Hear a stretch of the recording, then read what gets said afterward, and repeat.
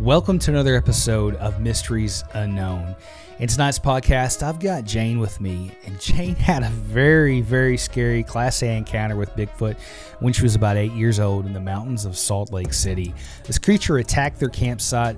It's really scary. I'm going to let her get into all the details. If you've got a story you want to send me, you can send it to me by email at video@jscreativear.com. Let's jump right into the story. Jane, thanks for being here. Welcome to the show. Thank you so much for having me. I really appreciate it. Well, I'm very excited that you're here. Thanks for coming forward with the story. So take us back to the very beginning in Salt Lake City when you were 8 years old and walk us through this encounter. Perfect. My sister was engaged to marry a gentleman that was studying engineering at the University of Utah. So he took my sister and 4 of us kids on a camping trip to the Ochre Mountains that are west of Salt Lake City. The canyon runs up Butterfield from Salt Lake, and then it turns into Middleton and runs back down into Tooele. But we went up the Butterfield side. When we arrived, it was a beautiful day, green meadow with a creek by it, and we put the tent up next to the creek, and it was on the trail next to the meadow. Us kids were running around, screaming and yelling, playing in the meadow, and it started to rain. So Jim called us, these are different names, I changed them. So Jim called us into the tent so we wouldn't get wet. We all went into the tent, and this was one of those old-fashioned camping tents from the 60s. So it was huge. It was like a circus tent almost, 7 foot high on the inside. So we were in the tent, and it started to rain.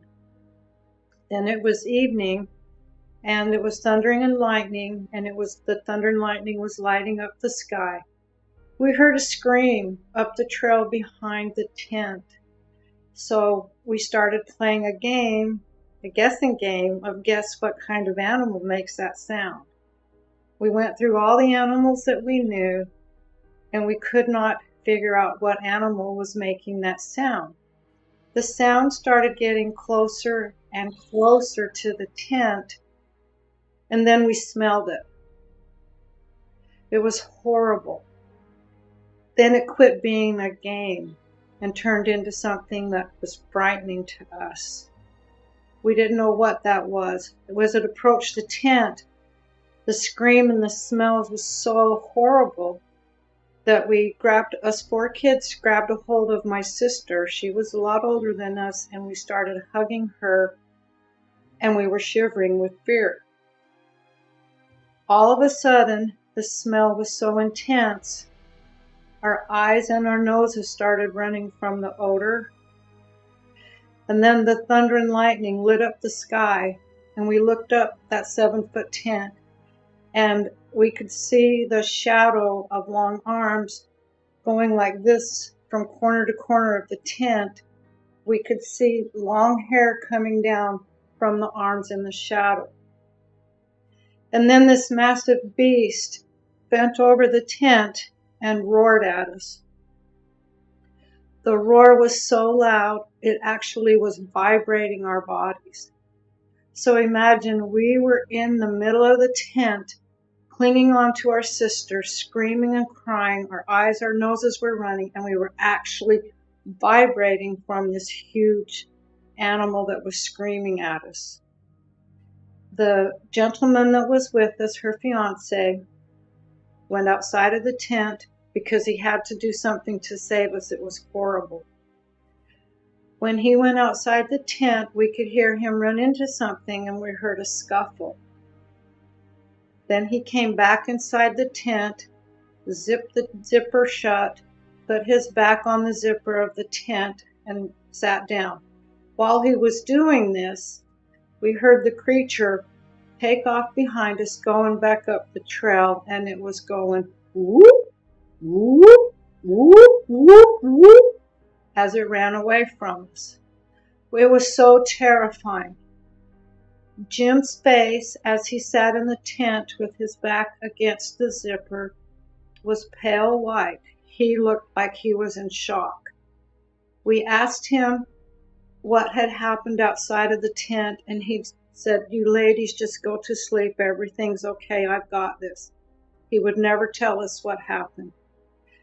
In the morning, as soon as it became daylight, he unzipped the tent, loaded us directly into the truck. We didn't even light a campfire, no breakfast, nothing. And he loaded us up and he took us all home. It was terrifying. That was the worst night of my life. For years, we would question Jim what happened outside of the tent. And since he was studying to be an engineer and had got a job as an engineer, he was not willing to ever talk about it. I'm sure he was more terrified than we were.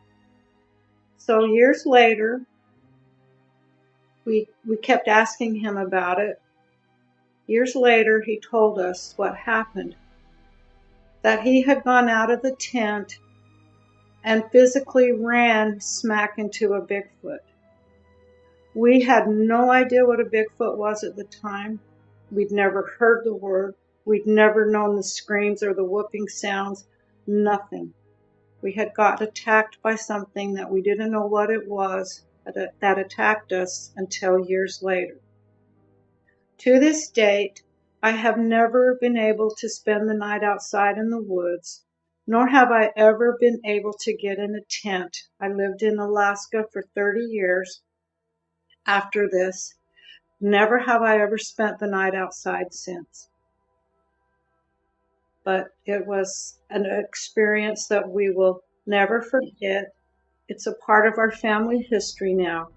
When we get together, we have a good laugh about it, because what I choose to remember is the whooping sounds as Bigfoot left. And that's the only thing that keeps me from totally losing it, because obviously we were being laughed at. We were a joke. But it was the most horrifying night of my life. You know, Jane, first of all, I want to say thank you so much for being brave enough to come on here and share that experience, because it's a life-changing experience, and we'll get into the encounter in a minute, but you touched on it for a second, but obviously, besides the obvious reasons, how did that change your life besides not being able to go outside and camp at night and things? Did it affect you in any other way? Yes, it changed my life. This is what I say to people. When your brain sees something that it's not supposed to see, when you experience something that you're not supposed to experience, it's outside of the known realm of everything, it mentally undoes you. It actually hurts your brain. It shocks you. You never get over it. No, you don't. And you know, I, as a former police officer, I've seen a lot of things, you know, and I've had an encounter with these creatures, and it does change you. It almost rewires the way you look at the world, because you realize that, you know, this isn't supposed to be here, but yet it's right there. And I don't think you don't know what to do with it. And, you know, I'm very glad that you guys are here to share that encounter. And I can understand why that sound, the whooping sound, was your favorite part of the story, because it was leaving. When you talked about the smell being so bad you couldn't really, it affected your eyes and stuff, kind of describe that for our audience if you can. What did it smell like? Rotting flesh, poop, and it's hard to describe, but it's the worst smell you're ever going to smell. It's everything you don't want to smell combined into one. But I would say the strongest thing was it smelled like it had rolled in rotting flesh. Wow. Yeah, that's pretty terrifying, and that's an awful smell. And, you know, it makes you wonder why sometimes, you know, these things smell and sometimes they don't. I was talking to a gentleman the other day, and he had this theory that, you know, it's the males that have that smell and the females don't. And I kind of personally think that maybe they can turn it on and off, maybe like a defense mechanism. I don't know, but I know that really impacted you as a child. Have you been back to that spot? Did you ever go back there at all? Yes, I've been back to that spot 2 times. Went back in 2015 with a group of friends that thought my story was outrageous, and they laughed and had such a good time. Obviously, we had to take them. We didn't go back to the same spot because it's hard to find after this many years. We went up the Middleton side of the Ochre Mountains up to the Tooele side. And we took some of those flowers that light up from the sun, those garden flowers you put in that radiate the light in the dark. We put those out in the meadow, and they started screaming at us. I curled up in a ball and rolled on the ground and started crying, and I begged everybody just to take me home. My friends were all in shock. Nobody could believe it. We did end up staying the night, but they all clumped together in a group and stayed together. I didn't sleep. I sat up all night long. I was terrified. And then after that incident, 2 years later, we went back again with my husband, who's passed away now, but we went back up there and we found a gentleman that was up there walking around with the GPS. I stuck my head out the car window and whooped at him, and he stopped and put in the coordinates. I probably shouldn't have done that, but I thought if he's looking for Bigfoot, he's going to check this out, right? But what we did do at that time was we took a bunch of apples with us, and that was my way of saying thank you for the experience and thank you for not ending my life. And we left a pile of apples for them and went back in the morning, and the apples were gone. My cousin lives in Tooele, and she says the people in Tooele hear them scream at night. And their theory is the canyons are so steep and they're landlocked in the Ochre Mountains. So they have entertained themselves with people. They like to scare people that go up there. So it's a common thing, and it's a guaranteed experience if you go up there. You know, in my opinion, I think that you're very fortunate to make it through an encounter like that, especially more than one. You know, and it always makes me wonder why they scream like that and do those types of things. And there's some really strange behavior with these creatures, and you know, who knows really why. But really, really incredible experience.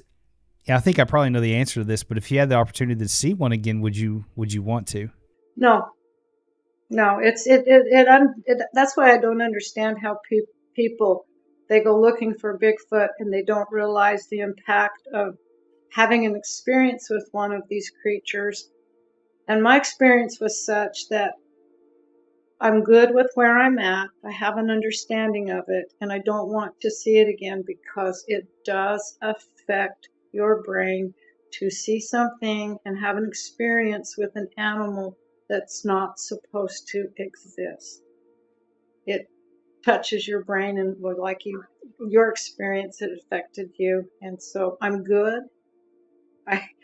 I don't think I could handle it. That's probably the best answer, and I think that it does change you forever, and you have this different outlook on the world once you know these creatures are there. What would you say to somebody that didn't believe in Bigfoot? Knowing what you know and having those experiences, what would you say to somebody who's a critic's not the right word, but somebody who don't believe? What would you say to them? I would say, good, because knowing about it is terrifying. But if you don't believe in Bigfoot, there's been way too many encounters with people. There's been too many sightings. There's been too many experiences out there. And if somebody wants to go out and have the experience, like my daughter, she tries to go out and find Bigfoot, and I tell her, be mentally prepared. You have to have your brain ready because it's going to touch your brain in a way you've never been touched before. Be ready. I've interviewed a lot of people, Jane, and I've never really heard anybody quite put it the way that you have, but it's very true because it does affect your mental capacity and the way you look at things. I'll never forget my first week as a police officer. You know, we had a really traumatic thing happen in my first week, and it changed me forever. You know, just that kind of experience, something that most people never see or shouldn't see maybe. And it was a very horrific thing, and I'll never forget it, but it changed me mentally forever. And I still to this day, 20-something years later, I have to ground myself sometimes and just kind of, you know, take a breath. And, you know, my faith is super important to me, and that's what's kept me through the whole thing. And, you know, there's a lot of things in God's universe we don't understand, and it's a lot of things that once you get into this world, it's like a rabbit hole. You're looking for answers, and you're trying to figure out what these things are. I really would be very curious to know your opinion on Bigfoot and what you think it is. In my opinion, I have a biblical-based opinion of it, but I also have an opinion just to say we don't know. But if you looked at it biblically, I know this sounds crazy, but I think that when Cain killed Abel and was cursed to not be around us anymore, I actually believe that they are the descendants of Cain, because back when Cain and Abel were alive, humans were a lot bigger. They were a lot hairier than us. So if there was a species of human from that time that was cursed to not live around us, like they were cursed not to be around us, you would see, and they were cursed with dark skin, you would absolutely see giant hairy humans. That's what I think biblically. That's a very good perspective. I look at everything through a biblical lens, and I'm really glad you brought that up. I've never had anybody on the show bring that up yet, and that's a great opinion. And it's a mystery. It's an unknown mystery, and who knows? And maybe someday we'll figure it out. But I could see how that makes a lot of sense. And that's a very good opinion, and I could see something like that.